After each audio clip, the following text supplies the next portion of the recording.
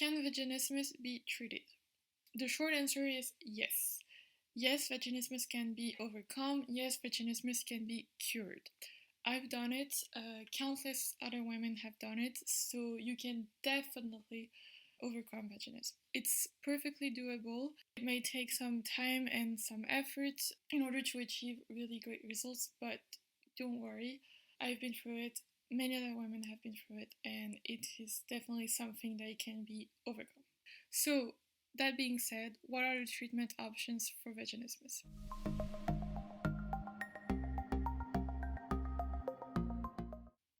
Hi, welcome back to Vaginismus Warrior. On this channel, I talk about vaginismus, what it is, and how you can overcome it. Little disclaimer, I'm not a medical professional, I'm not a doctor, but I am someone who, probably like you are if you're watching this video, has been struggling with vaginismus for a long time, and I finally managed to overcome it. And I wanted to create a channel where I could share what has been helpful for me in overcoming vaginismus, in the hope that it can help other people overcome vaginismus. So the first treatment option is sex therapy and counseling. Sex therapy and counseling has two main components. The first one is education. So education typically involves learning about your anatomy and about what happens during sexual arousal and intercourse. You'll get information about the muscles involved in vaginismus, and this can help you understand how your body parts work and how and why your body is responding the way that it is. And so this is very important because it can help reduce the anxiety and fear that can be associated with sexual penetration.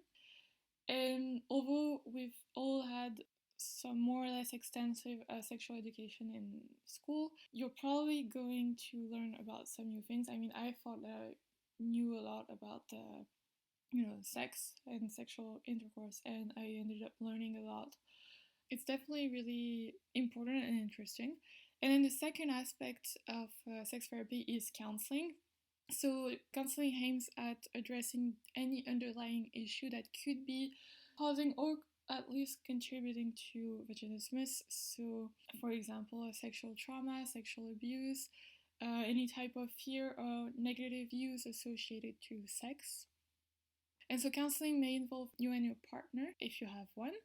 And it's basically a type of talking therapy that aims to help you understand and change your feelings about your body, about sex, and address any past trauma that you may have. The second treatment option are relaxation techniques.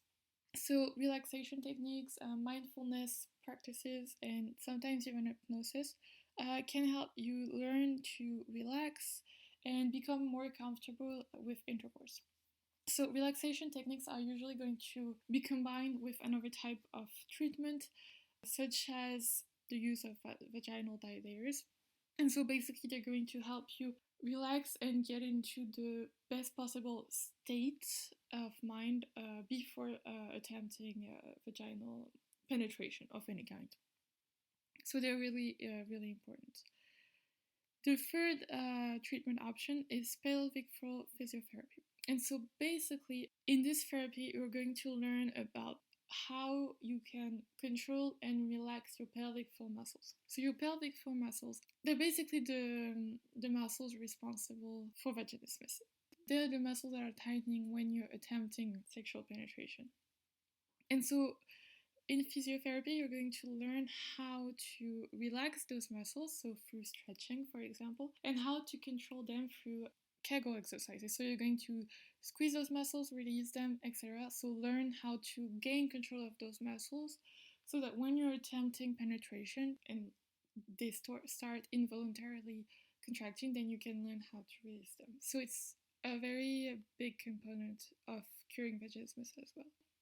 And finally, the last treatment option is the use of vaginal dilators. So basically, vaginal dilators are sort of cone or tube-shaped devices that come in various sizes. So the smallest one usually is no bigger than your pinky finger, and the biggest one is about the size of a fully erect penis. I think in some cases it might be a little bit bigger. But yeah, the primary purpose of a dilator is to stretch the vagina.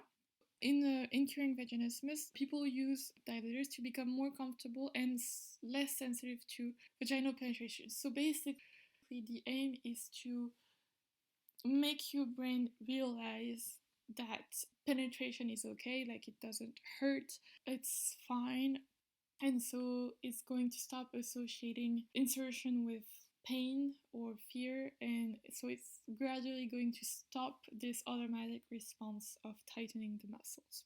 If it's really difficult for you, your physician might recommend using a topical numbing cream to make insertion easier. And so basically the goal is to move from the smallest size dilator to the largest size dilator, and obviously to be able to insert the biggest dilator easily, smoothly, without pain. When you've achieved that, you'll then be ready to switch onto real sexual intercourse. And in my case, my treatment actually encompassed all of these elements. So there was an element of education and counseling, there was an element of learning to breathe and to relax my muscles before I started attempting penetration. I did Kegel exercises as well to learn to control my muscles so that when I was inserting dilators, I could learn how to relax my muscles. And I used dilators, learning how to control your pelvic floor muscles, and using vaginal dilators. I think these are the two most important treatment steps.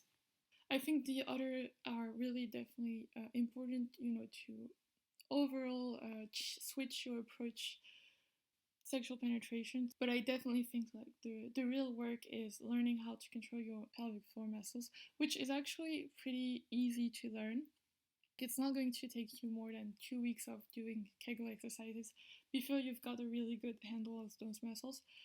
But the vaginal dilator part is, for me, was the longest part.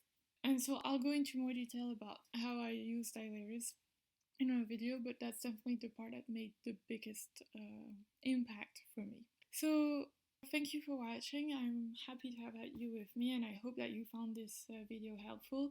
If you did, don't forget to subscribe or leave a comment or hit the like button, because this is really helpful for me. And yeah, see you guys in my next video. Bye!